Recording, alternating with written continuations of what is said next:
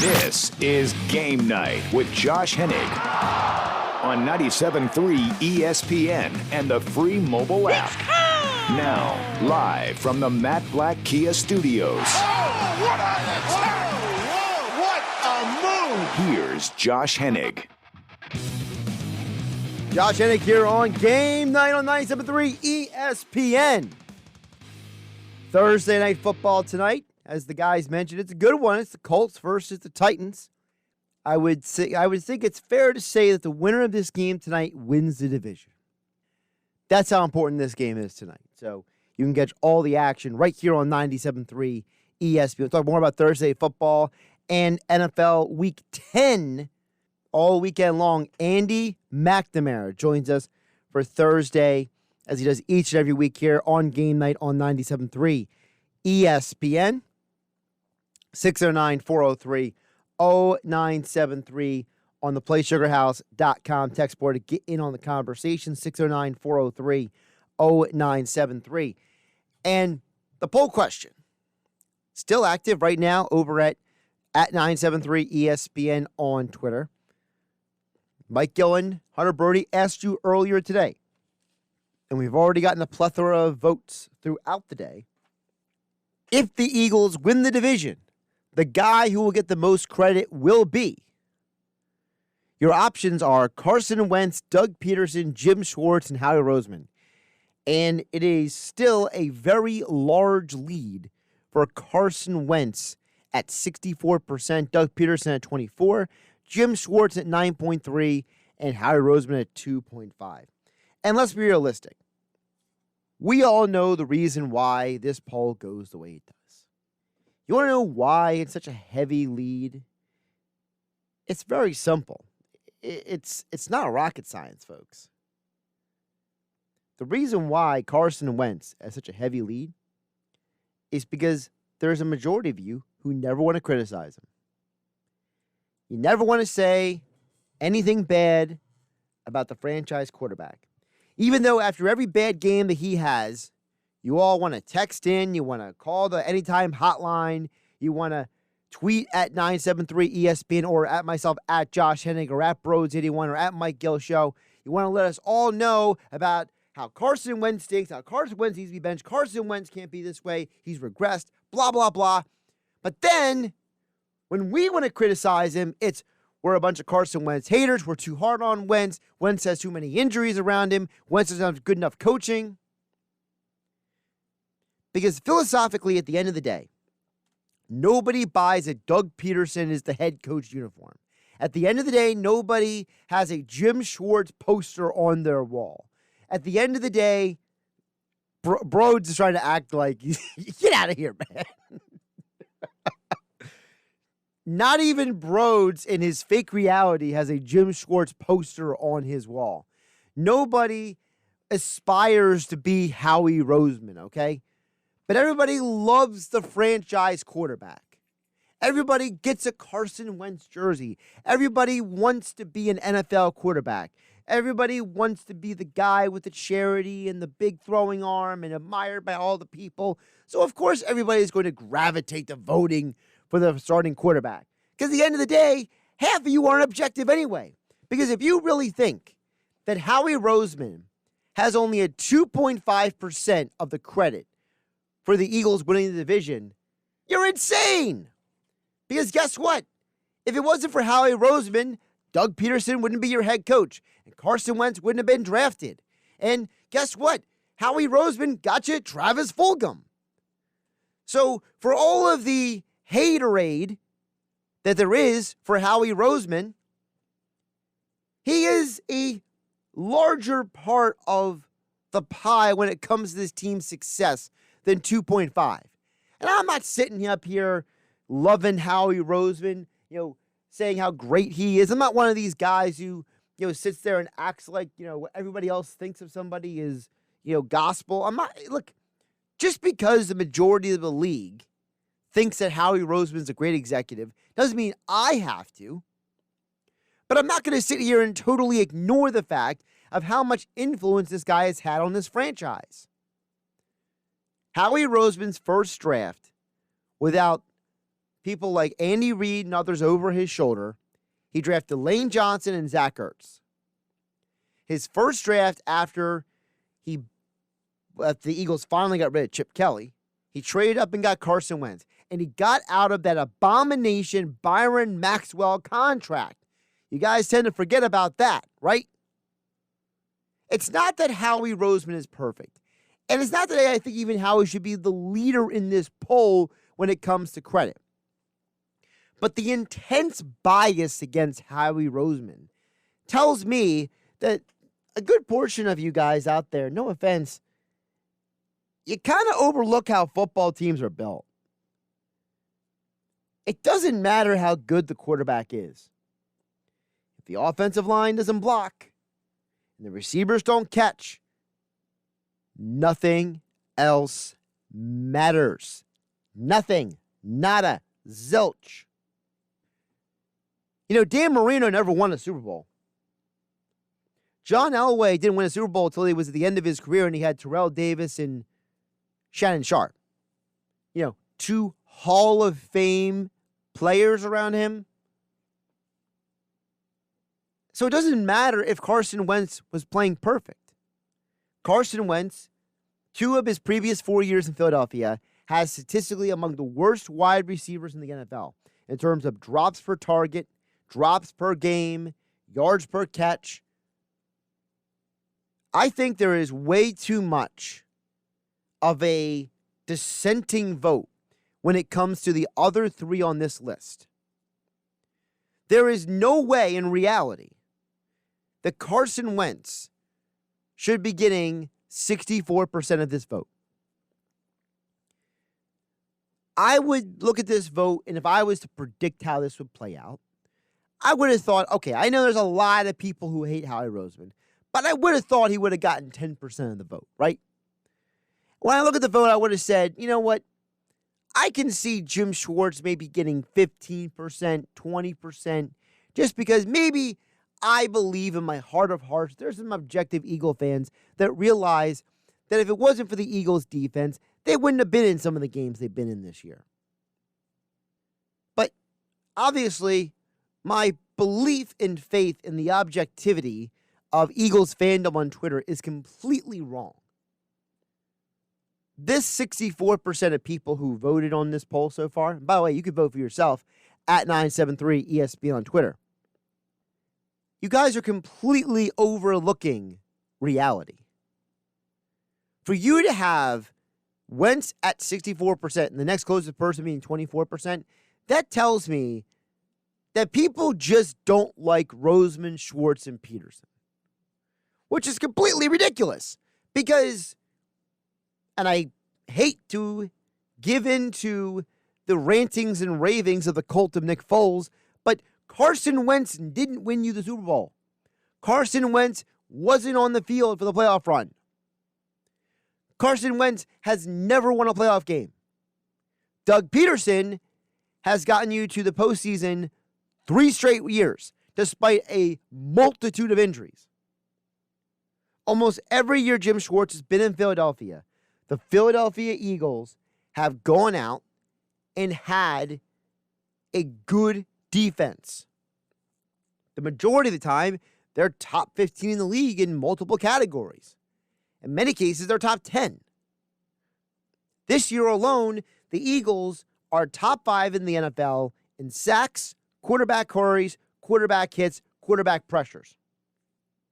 There are 20 teams in the NFL before last weekend that had allowed more passing yards than the Eagles' defense. 20!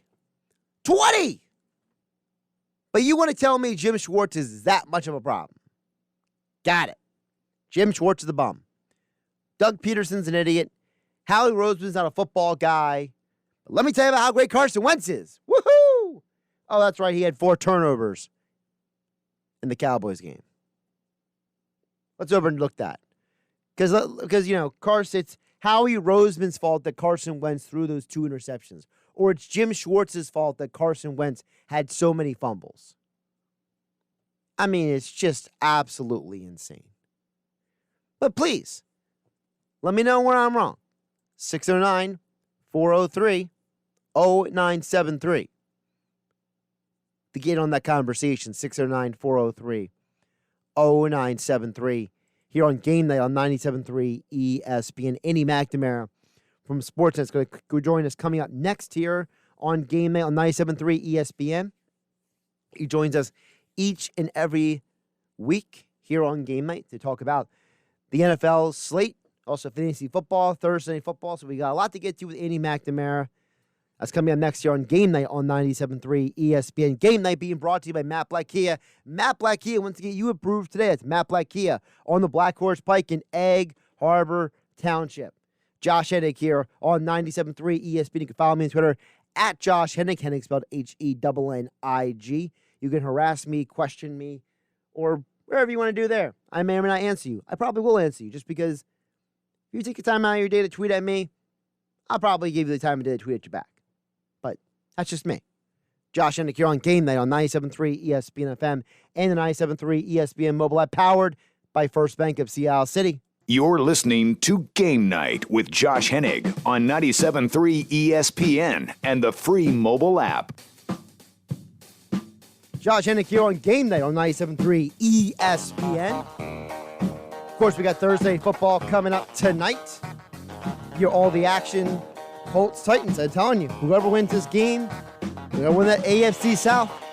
Hear all the action right here on 97.3 ESPN. Touch on that game. NFL Week 10 and more. Andy McNamara, Sportsnet, joins us each and every week on Thursday nights here on 97.3 ESPN. As all guests, he appears on the Boardwalk on Hotline. Andy, how you doing on this Thursday?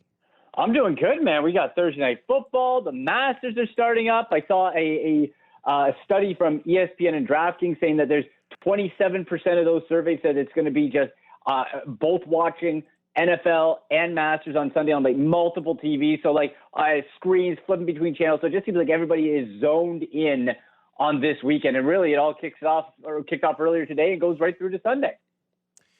So looking at this game today before we get to anything else, is there anything that surprises you about this game today? Because for me, I think that after last week's complete dumpster fire where you and I were both looking at River Craycroft to potentially score a touchdown, I feel like tonight feels much more like a normal football game than last week. It does. And Josh, how close that drop or that called back or drop, I forget what it was, by Craycroft. That was there. I texted you. I'm like, oh, Craycroft, he almost did it. Like right. That would have been like the ultimate back. I had him like captain in one of my DraftKings contests just as a joke for showdown. Like I probably would have won some cash if River Craycroft would have gone off. But you know what? That's less life in the fantasy world. It's over now. The Craycroft train has gone. But you're right. It feels just more like a normal matchup. Like you can put your pieces, your fingers more on the pieces that make sense. You're Derrick Henry, really good. Okay, I know that's good. AJ Brown, really good. When you get to the Colts, little more muddled, but you could say, okay, you got Jonathan Taylor, and really when I look at this whole Colts team, the one guy, and think of how crazy this is to say, the one guy I want no part of whatsoever, really for the rest of this season until he proves otherwise, is T.Y. Hilton. Josh, this guy has not scored a touchdown since week 13 of last season and has not had over 90 receiving yards since Andrew Luck was his quarterback. I don't know if it's his fault, the offense's fault, the quarterback's fault, but something's not going down for T.Y.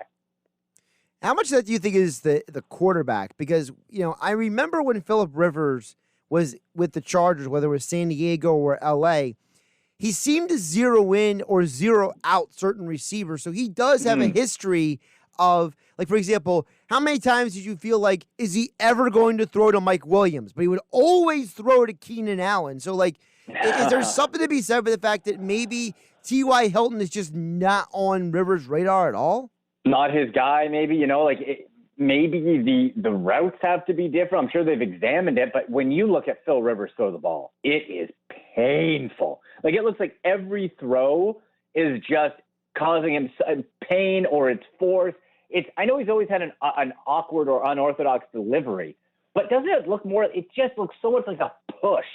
He's just like, and it's just I don't know. Like Phil Rivers, I understand why the Colts did the experiment. They felt they were close. You got a veteran QB in, maybe one last kick. Let's go. And they're still in the ball game, right? They're still in the conversation for a playoff spot.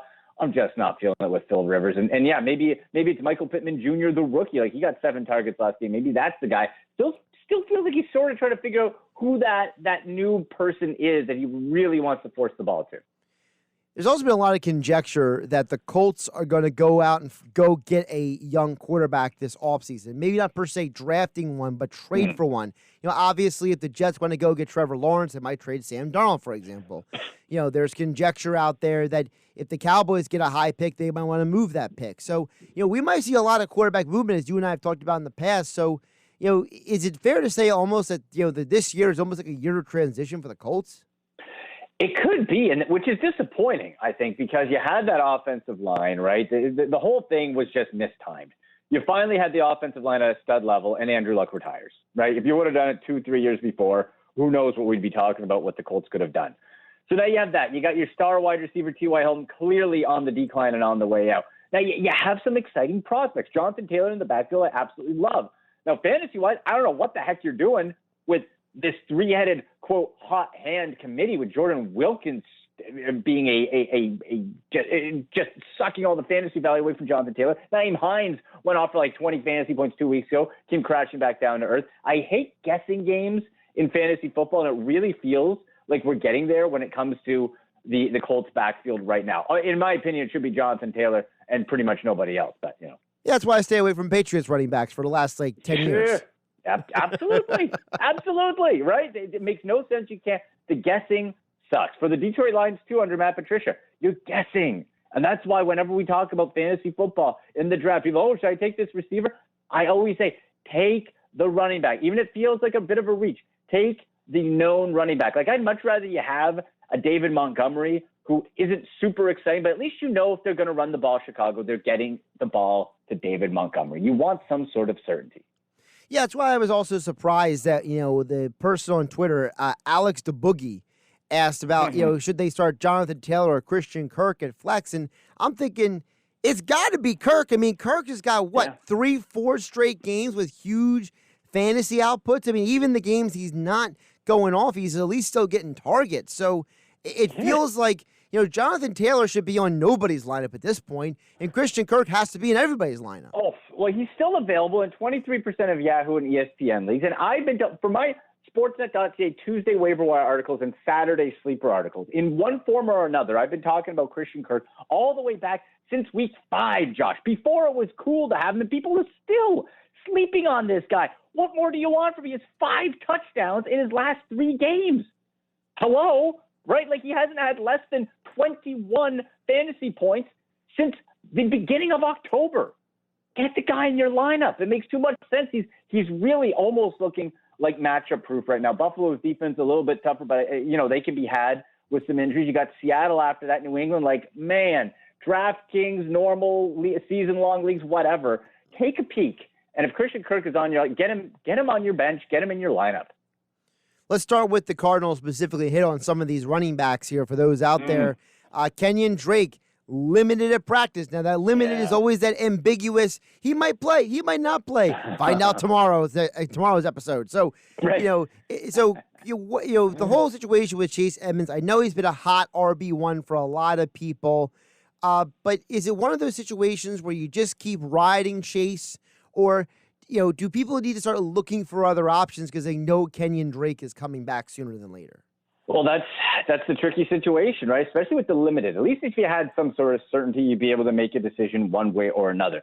Now, in spots, Chase Edmonds has been usable with Kenyon Drake in the lineup. Other times, not. We know for whatever reason, it seems like Cliff Kingsbury likes to really use the running back position more when it's Chase Edmonds rather than Kenyon Drake, which was the flip last year when Drake came on house on fire, right? So I would say if Drake plays, and this is going to be one of those things you got to track up to Sunday, and that's the unfortunate part of it. So you got to have sort of your plan B ready in case it doesn't go down. If Drake sits, you obviously play Edmonds. If both play, boy, I would try to take a different direction from Edmonds, especially versus that Buffalo defense, which right sort of in the middle of the pack, but they can be stingy, right? Like it makes me a bit nervous with if Drake is also playing. The Chargers running back situation is one of the most confusing things in the NFL. Yeah. We know that Justin Jackson, apparently he hurt himself before the game. He tried to play. They pulled him out of the game. We know that Troymaine Pope, he's practicing this week, but they haven't confirmed if he's coming back yet. Joshua Kelly is basically somewhere in the doghouse on the other side of the planet. And then all of a sudden, Kellen Ballage comes in here and starts playing off the practice squad. And then the offensive coordinator for the Chargers says this week that the backfield will be determined by, quote, the flow of the game. Oh. So, Andy, what is your advice to anybody who owns any Chargers running back at all in fantasy? Oh, thoughts and prayers, I guess, right? Hashtag thoughts and prayers on that one. Kalen Ballage comes out of nowhere, right? It's like the wrestler running. Like, who's that? That's Kalen Ballage's music. What? This ultimate swerve. Yeah, like, people ask, should I play Kalen Ballage? No, because he could easily do nothing. Justin Jackson in there. Maybe he plays, maybe he doesn't. Maybe he goes in and doesn't, like last week. Joshua Kelly, nothing. Like, this will be the week watch if Josh Kelly gets 100 yards. But he's been not used. I really like Troymaine Pope. We talked about him last week. But it's all over the place right now. That's a toxic situation. You got boy, we were complaining about the Arizona Cardinals. At least that's only 2 running backs. I think we got 3, maybe 4 guys. And then Justin Herbert can run too. Like, I don't know. I think it's going to be a fun game overall. Like Herbert versus Tua, very cool. I'm pumped to see that matchup. Those 2 rookie quarterbacks taken back-to-back in the draft. But running back-wise for the chart, like, what are you going to do? I don't want any part of that. Another questionable situation is up there in Seattle. I know for a lot of Chris Carson owners, the good news is they expect him to come back sooner than Carlos Hyde. The bad news is we don't know exactly when that's going to be. So do you keep that guy DJ Dallas hanging around if you're a fantasy owner, or do you say, you know what, I'm not a fan of the matchup this week? Well, when I look at it, first of all, versus the Rams, right? That's difficult. They've given up the 9th fewest fantasy points to running back. I'm in this situation in my real fantasy football life here, Josh. Okay, I have Chris Carson, I have DJ Dallas, and I'm waiting to see what goes on. And I'm not even convinced we're at Thursday now. If we don't know, you also got DJ Dallas practice full on Wednesday, but he had a bit of an arm wrist issue. Yet Alex Collins popped up from the practice squad. Now, is he going to be a part of this too? This, again, opponent-wise, you don't like, and really just injury-wise. The best news could be Alex Collins or Chris Carson comes in, and they're like, okay, he's good, let's go, and you rock and roll. Other than that, again, like, this is the 3rd team, Josh. Think about the running back situation in fantasy. This is the 3rd team that we're saying avoid if you can. We're running out of options here, and that's the scary part when we're entering week 10. Andy McNamara joining us here on GameNight on 97.3 ESPN. You can follow him on Twitter at AndyMC81 for all your NFL and fantasy football advice, suggestions, analysis, and more. One more running back before we move on. And here in Philadelphia, Miles Sanders, you could say he's on track to return. He's practicing. He's a full participant. Yep. But he's had a really disappointing year. Not just in terms of fantasy, but real-world football. I mean, this guy was top 10 in the league in all-purpose yards last year, and this year he can't finish games. They keep saying it's fatigue. He has this injury, that injury. So what do you do with Miles Sanders? I think you still got to hold on to him at this point, and it's really because of the scarcity at the running back position. So if healthy, we know this guy's a stud. Problem is, like you said, he hasn't been healthy all year. There's a whole bunch of issues, and then even if he does get in the game, is he going to finish it? So, for example, like on DraftKings, his salary is $6,400. If he plays, I'm not paying that. I'd much rather go in a different situation when it comes to the running back spot at that price tag.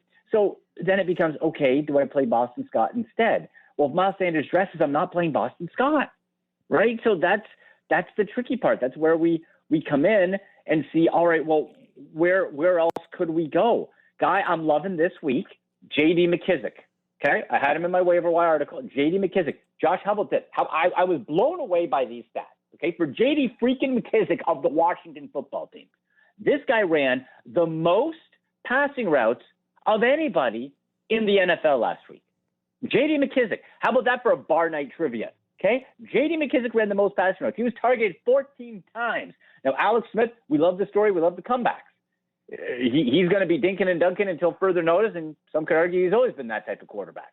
So J.D. McKissic, if he's got, for whatever reason, some sort of comfort level with him, let's go. And that's a guy you can grab on your DraftKings, on your season-long leagues. You can get him into your lineup. I think you got to go with J.D. McKissic as a real option against the Detroit Lions, who, well, we know that defense can really be had.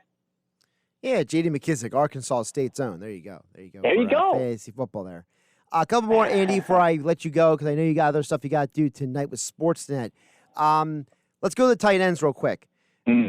After the big names, Waller, Hockenson, Goddard, Fant, Andrews, tight end is an enigma. So what do you recommend with people who got tight ends this weekend? Because some people got buys, some people don't know what to do with Gronk, they don't know what to do with Hunter Henry, they don't know what to do with Ebron.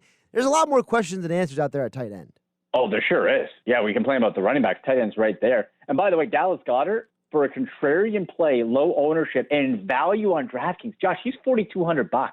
He's cheaper than Mike Gesicki. Goddard coming back after a rested bye?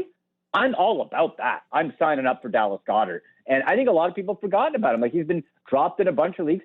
See if he's out there and at least get him into your DK lineup for sure. Now, when we go outside of that, I'll tell you quickly as well. Mark Andrews has got to be, and it's Lamar Jackson's fault, who, by the way, is a QB 13. Teddy Bridgewater is ahead of Lamar Jackson in fantasy quarterback. Mark Andrews, the last time he had more than 6 fantasy points was week 5. That's a guy you've probably spent a second-round pick on, okay? That inconsistency is unacceptable. So now we look, okay, what are some other options here? Well, Evan Ingram, nice sort of safe guy. Philly's given up the most fantasy points to tight ends this year. Okay, so now what we have from Evan Ingram is 3 straight games of double-digit fantasy points. He finally got a receiving touchdown last week. Maybe we're starting to see that grow. I would recommend Evan Ingram for sure. Ebron, pump the brakes on any Steelers until we know for sure Ben Roethlisberger's playing with the COVID. He's supposed to be able to be coming back Saturday. Just track that. Otherwise, it's Mason Rudolph, who probably still has a dent in his head for when Myles Garrett slammed him with his helmet last year. You're not going to want any part of the Steelers if he does that. Other than that, like, Jimmy Graham is a desperation play. Hunter Henry could always go up, but there just doesn't seem to be that type of connection yet. And if he's healthy, I think even though the usage has been down, Robert Tonyan, Jordan Reed too. My last one there, Jordan Reed is back, and the last time he was fully healthy, it was week 2 without George Kittle. Dude went for 2 touchdowns. Even though Ross Dwelly's sort of floating around, I think Jordan Reed could be a nice, sneaky play if you're in need of a tight end. Let's say on the wide receivers before I let you go. Always appreciate you jumping on. Make sure you follow Andy on Twitter, folks, at AndyMC81 for all your NFL and fantasy sports news and notes. I'm just going to give you a list of receivers. I feel like this group of receivers is like the 6 guys that if I'm floating around online or if I run into somebody out and about, like if I'm in the store and we're all wearing our masks and the guy looks over and recognizes me and says, hey, man, what about so-and-so, right? Here's the 6 names I feel like I can never escape. You ready? Okay. Robert Woods, Robbie Anderson, DJ Chark, Juju Smith-Schuster, Brandon Ayuk, and Curtis Samuel. Yeah, it's true. Every week. You're right. I'm still not believing in Curtis Samuel. I'm not. It just seems still so gimmicky to me, and still so like the guy's been a stud the last 3 weeks. I can't deny it, but I just feel the boomer bust is too much. I would much rather Robbie Anderson has been more consistent. To bring up another name in that, and really remember, folks, too, Christian McCaffrey is going to miss this week. So get yourself some Mike Davis. We're talking about running back help.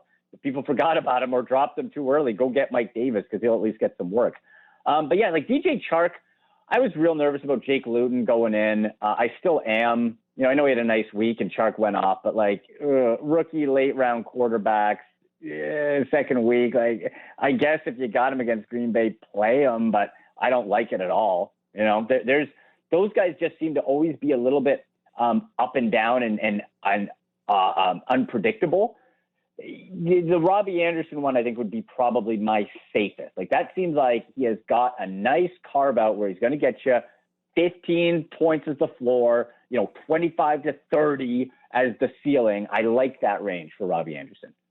He's Andy McNamara. Make sure you catch him on Twitter at AndyMC81. He joins us every Thursday here on Game Night on 97.3 ESPN. As all guests, he appeared on the Boardwalk Honda Hotline. Andy, great stuff. Always appreciate the time. Oh, Josh, thank you. Love it. Have a good one. Josh Hennig here on Game Night on 97.3 ESPN, being brought to you by GMS Law. Make the right call with 4 convenient locations to serve you. Visit them online at gmslaw.com. We'll get back to the text board coming up next. 609-403-0973. The Twitter poll is still up at 973 ESPN as well. Twitter poll. Mike Gill and Hunter Birdie asked you earlier today, if the Eagles win the division, who will get the most credit? Carson Wentz, Doug Peterson, Jim Schwartz, or Howie Roseman? We'll update the poll for you coming up next and get to your texts at 609-403-0973 on the PlaySugarHouse.com text board here on Game Night on 97.3 ESPN FM and the 97.3 ESPN mobile app powered by First Bank of Sea Isle City. Now, more Game Night with Josh Hennig on 97.3 ESPN and the free mobile app. Josh Hennig here on Game Night on 97.3 ESPN. We'll get to the results of the poll question so far and your text coming up at 609-403-0973 the PlaySugarHouse.com text board. I do want to remind you the Game Night being brought to you by weightliftinghq.com. Look, folks, let me tell you about weightliftinghq.com. You talk to me a million times. You meet me in person. You know where you're meeting me at? You're probably meeting me at the gym. That's right. I go to the gym a lot. So you know I'm a big health and fitness enthusiast. Well, as a result, when I heard about weightliftinghq.com and what they can do for fellow weightlifting and fitness enthusiasts, I was quite impressed. weightliftinghq.com is a local company right here in South Jersey that operates fully online, and they cater to weightlifters and fitness enthusiasts looking to work out from home. So whether you're trying to supplement your gym workouts, maybe you only want to go to the gym 3 or 4 days a week because you're busy with work, or maybe you're working from home and you're not really in a position to go anywhere right now, but you still want to get your workout in. Well, weightliftinghq.com will deliver the equipment right to your home. Whether it's bench and squat racks, kettlebells, dumbbells, cardio and fitness machines, or fitness accessories such as heart rate monitors, fitness watches, resistance bands, and more. You can't beat their local customer service. Their delivery is incredible. They bring it right to your home. They set it up for you. No hassle, and you can't beat their incredibly competitive prices. So check them out online at weightliftinghq.com and use the code RADIO10 at checkout for 10% off your entire order. That's RADIO10 at weightliftinghq.com. That's RADIO10 at weightliftinghq.com. Poll question. Mike Gill and Hunter Birdie asked you earlier today on the Sports Bash, if the Eagles win the division, the guy who will get the most credit will be. Hit the little refresh button. All right, the poll has moved a tiny bit. Carson Wentz is now at 63%. Doug Peterson still standing pat at 24%. Some of you got on the poll and decided to give Jim Schwartz credit.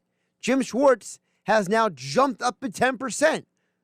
So I applaud you folks out there. I applaud you who decided to vote for someone who wasn't Carson Wentz, because some of you decided not to be sheep and follow the rest of the herd. Good for you. Let's get to your text board messages, 609-403-0973, the PlaySugarHouse.com. Text board, 609-403-0973. Dan EHC chimes in, says the Eagles' success goes back to the Andy Reid era. Strong offensive and defensive lines. It all starts in the trenches with the Eagles. You are correct. And might I remind you all out there, who is the person who allowed Howie Roseman to ascend up the ranks and get the job that he has? It was Joe Banner and it was Andy Reid. So for all the Howie Roseman haters out there, Howie Roseman has invested a lot of resources in the offensive and defensive lines. You know, for a non-football guy, as people try to assert that he is, he makes a lot of football decisions. In the new age of analytics and in the trendy world of fantasy football and in an age where people obsess over wide receivers and quarterbacks, the Eagles have invested a lot of resources in the offensive and defensive lines. And yes, it started with Andy Reid, but you got to give the Eagles credit for continuing that tradition. It's a good point from you, Danny HT. 609-403-0973. Texture chimes in and says, the NFL is a broken system. It's a draft a quarterback. If he works, pay him 50% of the payroll. After the rookie contract, you have to save money by signing cheap free agents and hoping other players on rookie contracts play well. Having a franchise quarterback depletes talent elsewhere. That's on the text board at 609-403-0973. Well, look, Texter, you get to a point that I've always made, okay? And you're right. The system is broken, okay? But the system is broken in all sports, okay? You can't win championships in football, basketball, or hockey unless you have the best players in your sport. If you don't have a certain level of player, you're just not going to win a championship. Very, very, very, very rarely does a team win with average talent or okay or just good talent. Now, you got to have high-level elite talent. If the Eagles don't have guys like Brandon Graham and Fletcher Cox and Malcolm Jenkins on their defense, they don't have a chance to play for the Super Bowl. If you don't have guys like Zach Ertz and Alshon Jeffrey and one of the best offensive lines in the entire NFL, you're not winning a Super Bowl. So, yes, it's a broken system because you need to have high-level players. And yes, quarterbacks absorb a huge portion of the cap. It's the same way with every team.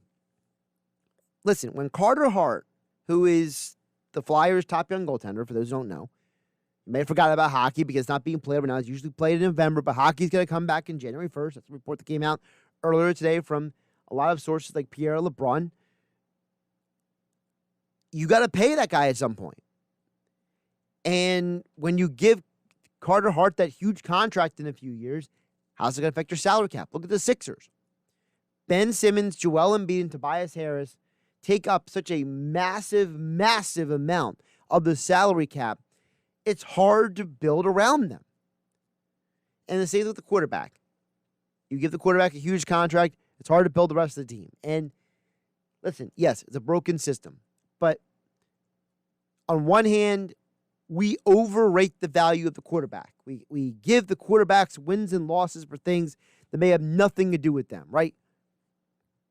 But at the same time, if you don't have a good quarterback, you don't have a competent quarterback, you can't win games either. Because if the quarterback doesn't make the right decisions, he puts your team in a horrible position to win any game. So it's a catch-22, Texter. Yes, it's a broken system. Yes, the quarterback takes up a huge percent of your payroll. Yes, it's hard to build around him once you give him that huge contract. But at the same time, you can't win without a competent, good NFL quarterback. So it's a catch-22. I hear what you're saying. Let's get another text in here at 609-403-0973. Okay, this is George chiming in on the text board. George has a very long text. Okay? I'm trying to pick and choose what part to pull from your very long text, George, but so please forgive me for skipping around your text a little bit.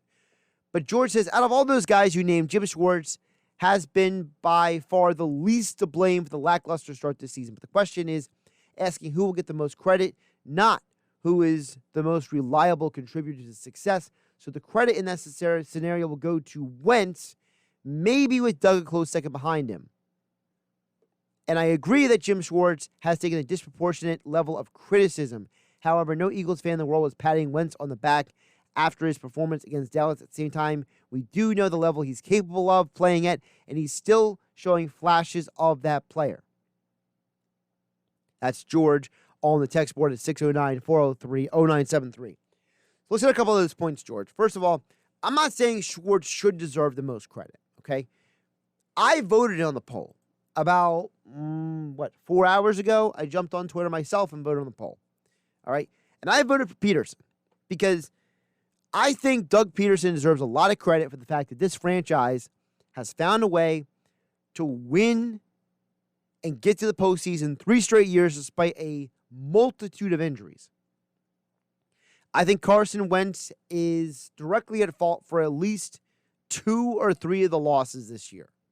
That 3-4 record could be flipped over if Wentz doesn't commit so many turnovers. You're definitely beating Washington in week 1 if Wentz doesn't make all those interceptions. I think it's a possibility that you could have won another game along the way if Wentz doesn't have all those turnovers. Maybe you find a way to beat the Ravens, right? You only lost 30-28 to them. Maybe you find a way to not tie with the Bengals and you actually beat them, right? So, maybe your record instead of 3-4, it's 5-4, or actually, that wouldn't be 5-4. It would be 5-3. Okay, maybe your record is 5-3 instead of 3-4-1. But either way, to me, I just can't give Wentz too much credit because you wouldn't be in the position where you are right now if it wasn't for his mistake. So to me, if I'm voting for anyone, I'm voting for Peterson because he finds a way every year to get the team to the postseason. I know people bring up the term December Doug. Well, December Doug's real. December Doug finds a way to win games. December Doug keeps you in every game.